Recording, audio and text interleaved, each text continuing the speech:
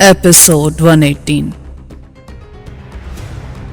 मैंने बमुश्किल तमाम खुद पर काबू पा लिया, वरना दिल तो यही चाहता था कि वहां से भाग निकलूं। मैंने अपनी दिली कैफियत चेहरे से जाहिर ना होने दी और अपनी जगह पर जमकर बैठ गया। हम दोनों पूरी तरह मुसल्ला थे। अगर उस हालत में पकड़े जाते तो फांसी का फंदा ही हमारा मुकद्दर ठहरता। फौजी हमारे कुछ और नजदीक आ गए। उनमें से एक का रैंक लाइंस नायक था और दूसरा सिपाही था। मैंने खालिस अमरीकी अंदाज में शाने उछाकर पूछा, क्या प्रॉब्लम है ऑफिसर? हमें इस बोगी की तलाशी लेना है और आप लोगों की भी, लांस नाइक ने करख्त लहजे में कहा।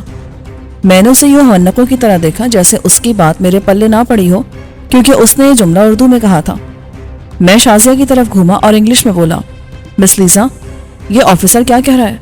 आप तो यहाँ की जुबान किसी हद तक समझ लेती है ना? क्या बात है ऑफिसर?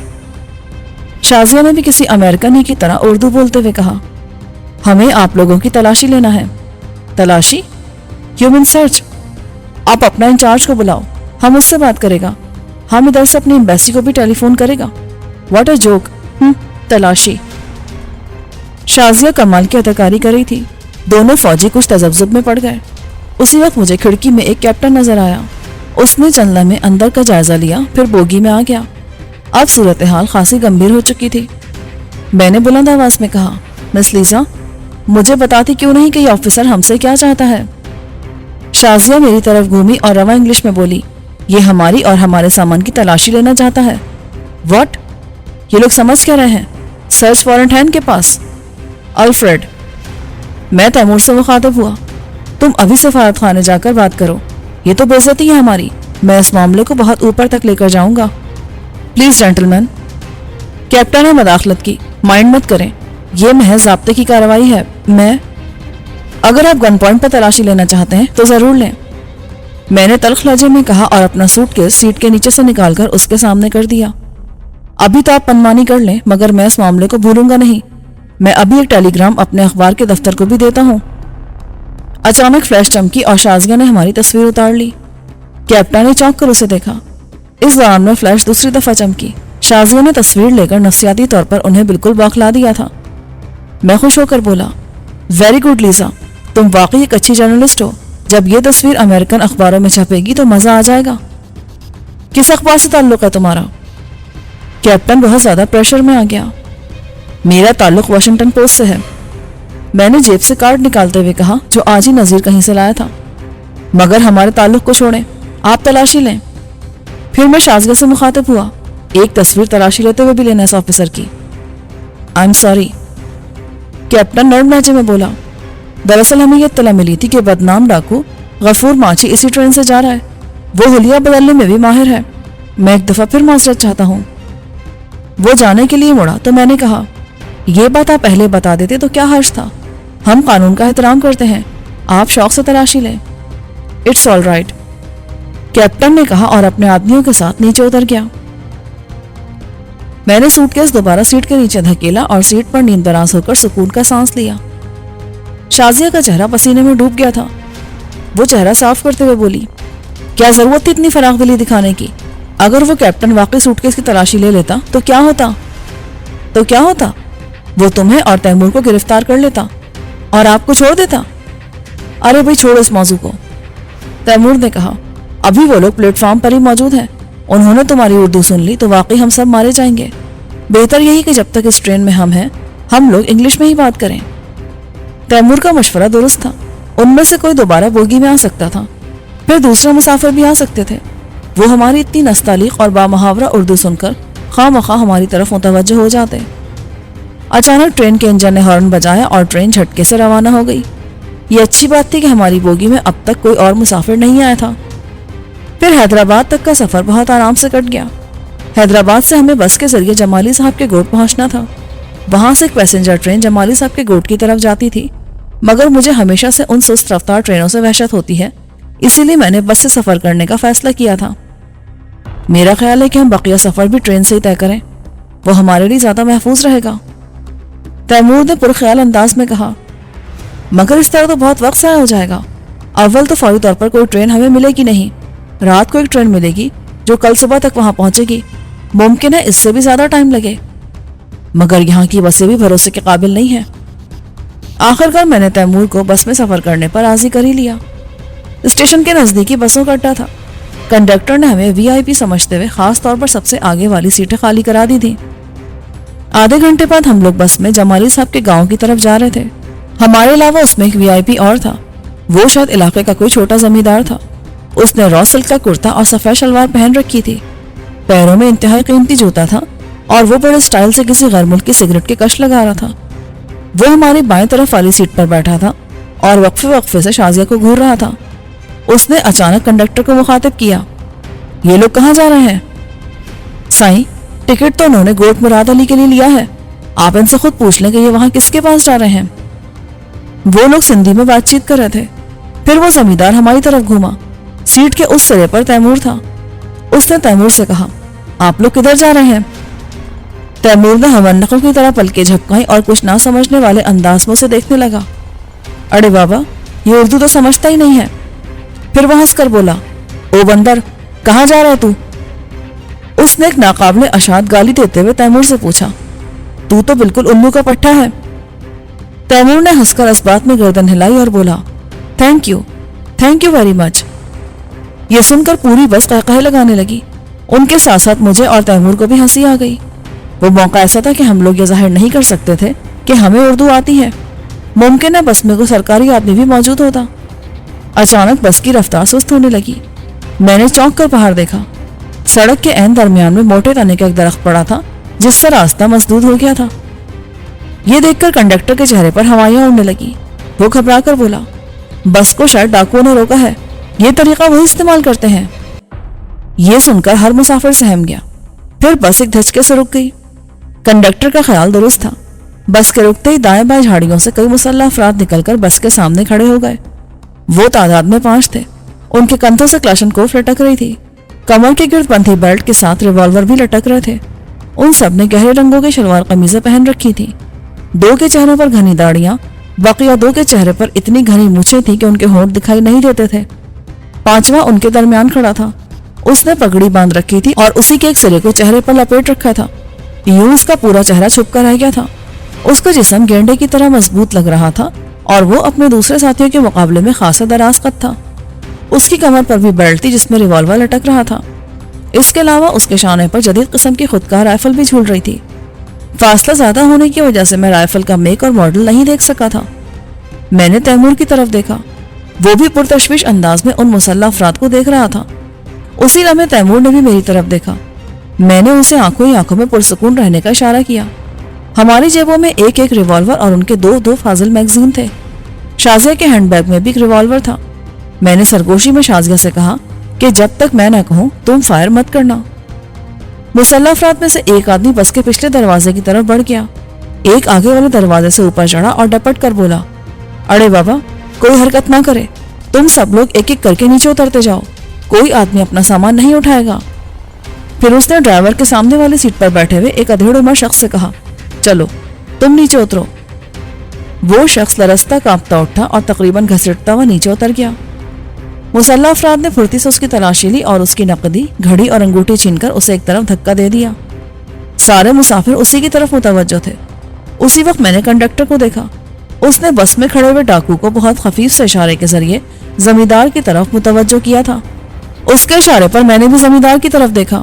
اس نے غیر محسوس انداز میں اپنی جیب میں ہاتھ ڈال دیا تھا۔ خبردار، ڈاکو چیخ کر بولا اور اپنی کلاشنکوف کا رخ زمیندار کی طرف کر دیا۔ دونوں ہاتھ سر پر رکھ لو۔ زمیندار نے گھور کر ڈاکو کو دیکھا اور اپنے ہاتھ سر پر رکھ لیے۔ ابھی نیچے آ جاؤ بابا، تجھے تو غصہ بھی آتا ہے۔ زمیندار اسے گھورتا ہوا اٹھا اور نیچے اترنے لگا۔ اترتے اترتے ڈاکو نے اس کی پشت پر زوردار لات رسید کر دی۔ وہ اوندھے منہ گرا تو باہر کھڑے ہوئے ڈاکو نے پشت سے اس کی گردن پر پیر رکھ دیا اور گھبرا کر بولا، ہم پر آنکھیں نکالتا ہے؟ اڑے بابا، زندہ رہنے سے بیزار ہو گیا ہے کیا؟ کھڑا ہو جا۔ اس نے زمیندار کی گردن اپنے جوتے سے مسلتے ہوئے کہا۔ وہ اکڑ کر کھڑا ہو گیا۔ وہ بہت جیدار آدمی تھا، جانتا تھا کہ وہ ڈاکو کسی بھی لمحے اسے گولی مار سکتے تھے۔ اس کے باوجود وہ نفرت اور حقارت سے انہیں گھور رہا تھا۔ ان لوگوں نے اس کی تلاشی لی تو نقدی کے علاوہ اس کی جیب سے چھوٹا سا ایک پستول بھی برآمد ہوا۔ وہ لوگ پستول کو دیکھ کر پاگلوں کی طرح ہنسنے لگے۔ ان میں سے ایک بولا، اس کھلونے پر اتنی اکڑ دکھا رہا تھا؟ अकड़ तो तुम लोग दिखा रहे हो उन खिलौनों पर। जमींदार सख्त लहजे में बोला, अगर मर्द हो तो एक एक करके खाली हाथ मुझसे मुकाबला कर लो। डाकू ने अचानक उसके मुंह पर जन्नाटेदार थप्पड़ रसीद कर दिया। अरे मर्द का बच्चा, हमारे पास फालतू टाइम नहीं है, लगता तुझे मरने का ज्यादा ही शौक है। ये कहकर उसने अपनी क्लाशनकोफ शाने से उतार ली। मैंने तैमूर को मखसूस इशारा किया। मैं उस जीदार आदमी को मरते हुए नहीं देख सकता था। तैमूर जल्दी से खड़ा हो गया। डाकू ने चौंक कर उसे देखा तो तैमूर ने जल्दी से अपनी छोटी उंगली उठाकर इशारा किया और इंग्लिश में बोला, प्लीज, मैं बहुत शदीद तकलीफ महसूस कर रहा हूँ। उस वक्त तैमूर के चेहरे पर ऐसी मिस्कीनी थी कि डाकू ने उस पर बिल्कुल भी शुबा नहीं किया और उसे नीचे उतरने का इशारा किया। बाहर वाला डाकू क्लाशनकोफ का ट्रिगर दबाने ही वाला था। फिर एक धमाका हुआ और क्लाशनकोफ वाला उछलकर औंधे मुंह गिर गया। किसी की भी कुछ समझ ना आ सका कि हुआ क्या था। मैंने बिजली की से तेजी से रिवॉल्वर निकाला और बस में खड़े हुए डाकू की खोपड़ी में सुराख कर दिया। बस के पिछले दरवाजे पर खड़ा हुआ डाकू बदहवास होकर झाड़ियों की तरफ बढ़ा। उस वक्त तक तैमूर ने तलाशी लेने वाले दूसरे डाकू को भी ठिकाने लगा दिया था। ये देखकर पगड़ी वाले ने झाड़ियों में छलांग लगाई और गायब हो गया। बस में चढ़ने वाला दूसरा डाकू भी जान बचाने में कामयाब हो गया था। मैं अपनी सीट से उठा और मरने वाले डाकू की लाश फलांगता हुआ एक जस्त में नीचे आ गया। पगड़ी वाला गालिबन उनका सरगना था। मैं उसे बचकर निकलने नहीं देना चाहता था, इसीलिए मैंने भी अंधाधुंध झाड़ियों की तरफ दौड़ लगा दी। झाड़ियों में घुसते मुझे अपनी गलती का एहसास हुआ। मैं एकदम जमीन पर गिर गया और छिपकली की तरह रेंगता हुआ आगे बढ़ने लगा। अचानक मुझे घोड़े के टापों की आवाज सुनाई दी। ये आवाज लम्हा बलम्हा दूर होती जा रही थी। मैंने तवील सांस ली और उठ खड़ा हुआ। सरगना मेरे हाथ से निकल गया था। झाड़ियों में किसी जगह उसका घोड़ा मौजूद था। सूरत हाल तब्दील होते हुए भाग निकला था। अब पैदल तो दूर की बात है, मैं घोड़े पर भी उसे नहीं पकड़ सकता था। वो इस इलाके का रहने वाला था, इस इलाके के चप्पे चप्पे से वाकिफ होगा। उसके मुकाबले में मैं यहाँ अजनबी था। मैंने हाथ झाड़े और थके थके अंदाज में झाड़ियों से बाहर निकल आया। डाकुओं की लाशें देखकर पहली दफा मुझे खतरे का एहसास हुआ। बस के मुसाफिर लाशों को यूं ही छोड़कर तो जा नहीं सकते थे। वो लोग यकीनन पुलिस से राब्ता कायम करेंगे। हम में से कोई पुलिस के पास जाना नहीं चाहता था। मैंने दिल ही दिल में फैसला कर लिया कि हम इस बस को छोड़कर पैदल या किसी दूसरी सवारी में सफर करेंगे। लुटने वाला आदमी और जमींदार मुर्दा डाकू की तलाशी लेकर अपनी नकदी और घड़ियां लेना चाहते थे, मगर चंद समझदार मुसाफिरों ने उन्हें रोक दिया था। वही समझदार लोग अब हमारे लिए खतरा बनने वाले थे। वो लोग बस को भी यहीं रोके रखना चाहते थे। जाहिर है वो आदमी भी उनके लिए अहम था जिसने उन डाकुओं को हलाक किया था।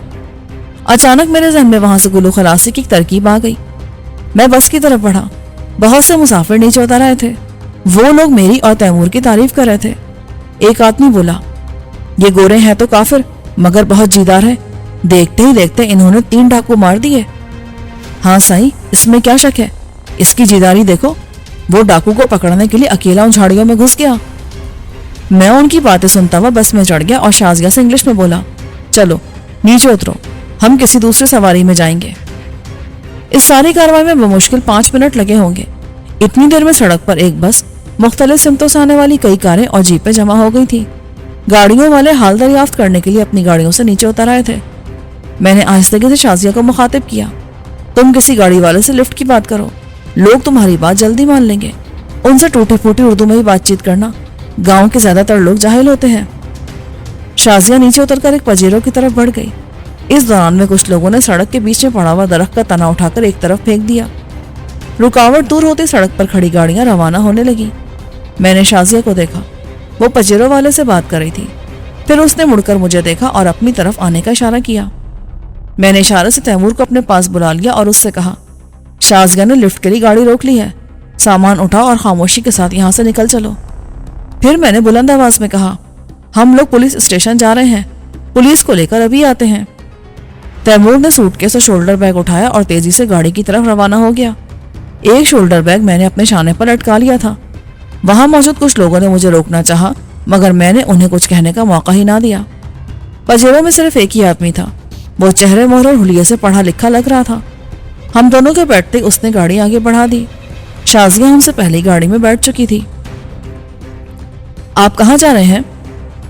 मैं गोट सदराबाद तक जाऊंगा, वैसे जहां आप जाना चाहेंगे मैं आपको छोड़ दूंगा।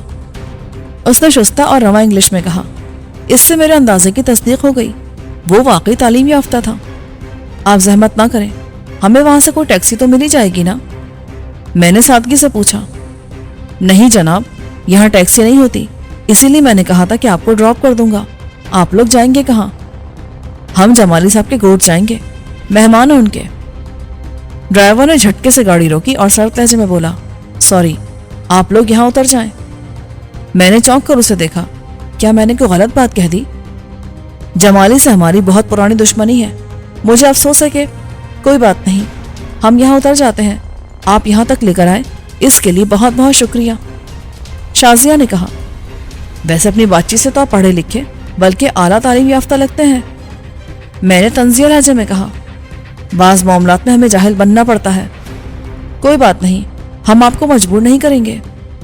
میں نے شولڈر بیگ اٹھاتے ہوئے کہا. میں نے دیکھا تیمور کچھ کر گزرنے کے موڈ میں تھا. میں نے اسے اشارے سے منع کیا اور ہم لوگ خاموشی سے نیچے اتر گئے. ڈرائیور نے ایک دفعہ پھر معذرت کی اور روانہ ہو گیا. ہم تینوں اس ویرانے میں کھڑے رہ گئے. اب کیا کرو گے؟ تم نے مجھے روکا کیوں؟ ہم اس کی گاڑی پر قبضہ کر کے اطمینان سے جمالی کے گوٹ تک پہنچ سکتے تھے. کبھی اپنی کھوپڑی بھی استعمال کر لیا کرو تیمور. اس علاقے میں کتنے لوگوں کے پاس پجیرو جیسی قیمتی گاڑی ہوگی. وہ گاڑی جہاں جہاں سے گزرتی ہم لوگوں کی توجہ کا مرکز بن جاتے. اس میں ہم زیادہ دور تک نہیں جا سکتے تھے. اس حالت میں اگر ہم گرفتار ہوتے تو دہشت گردی کی ساری وارداتیں ہمارے کھاتے میں ڈالتی جاتی. اس بحث کو چھوڑو, شازیہ نے کہا. آئندہ کے بارے میں سوچو. ادھر سے آنے والی کسی بس میں بھی سوار ہونے میں خطرہ ہے. ہماری بس کے مسافروں میں سے کوئی آنے والی بس میں بھی سوار ہو سکتا ہے. کھیتوں کی طرف جانے میں بھی خطرہ ہے. ادھر ڈاکو سے مدبھیڑ ہو سکتی ہے. اب تک پولیس وہاں پہنچ چکی ہوگی جہاں 3 ڈاکو مارے گئے ہیں. اب وہ 2 غیر ملکی مردوں اور ایک عورت کو تلاش کر رہے ہوں گے. شازیہ ٹھیک کہہ رہی تھی. میرا ذہن تیزی سے کام کر رہا تھا. میں نے تیمور سے کہا, پولیس کو 3 غیر ملکیوں کی تلاش ہے نا, تو ہم دیسی بن جاتے ہیں. پھر ہم علیحدہ علیحدہ جمالی کے گوٹ جائیں گے. تم اور شازیہ مجھ سے الگ ہو جاؤ. اس طرح کسی کو بھی ہم پر شبہ نہیں ہوگا. شازیہ نے اس تجویز پر احتجاج کرنا چاہا مگر میں نے اسے بری طرح جھڑک دیا.